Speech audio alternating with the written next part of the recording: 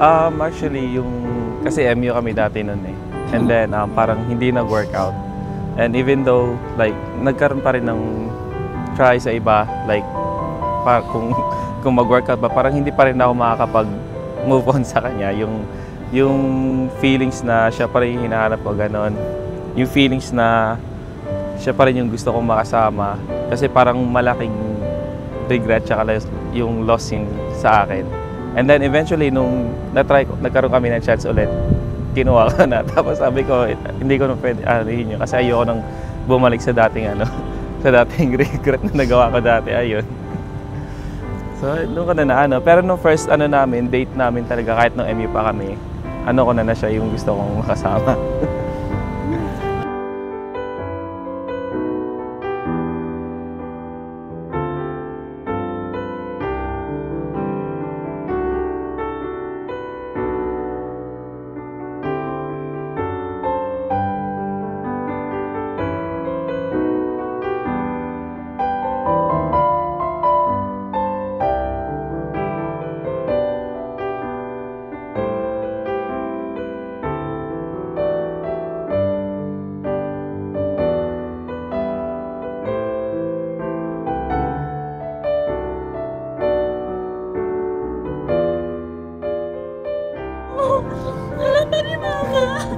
Alam na nila.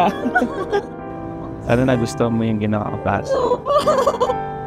Love, will you marry me? Of course! Of course!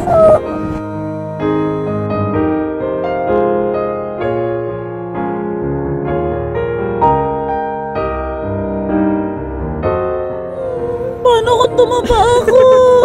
Hindi pa paayos natin. Sorry kasi natagalan. Thank you. Okay lang. Worth the wait. Promise, worth the wait. Tsaka, I pray to God na magiging maganda yung bagong chapter ng buhay natin. I pray to God na bibigyan tayo ng maraming blessings sa buhay at saka sa relasyon natin. Love you, love. Love you.